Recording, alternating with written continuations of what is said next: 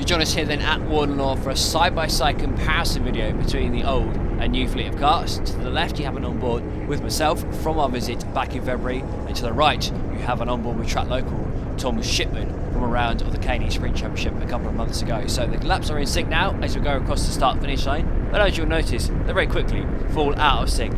Heading down into turn 1, it's a flat out right hand and just hug the curb to the right. Then you've got the kink of turn 2 before you enter the dog leg, which is a double right-hander at the far end of the circuit. Try not to use the curbs too much. You can use a little bit on the inside, but don't use them too much. You can already see Tom Shipman's begun to pull a gap as we head through St John's, a flat-out left-hander. Now heading into the hairpin left of turn 5. This is the beginning of the centre. It's a very tricky corner. It's an off-camber hairpin. Now into the right-hander. Tom Shipman's a whole other corner ahead of me now as we now head into the Dunlop chicane. This is a really tricky chicane. Not quite flat out, but it's a very, very fun chicane when you get it right. I mean, Tom's come out of that chicane before I've even got into it. He's that far ahead now as they head down into Gaswick's really tricky hairpin. This off-camber corner, very hard to make the apex, very fun corner. Then you've got the triple left-hander of the horseshoes. You've got to hug the curbs to the left-hand side before you enter the final corner on the circuit. This is Paddock Bailey. It's an almost flat-out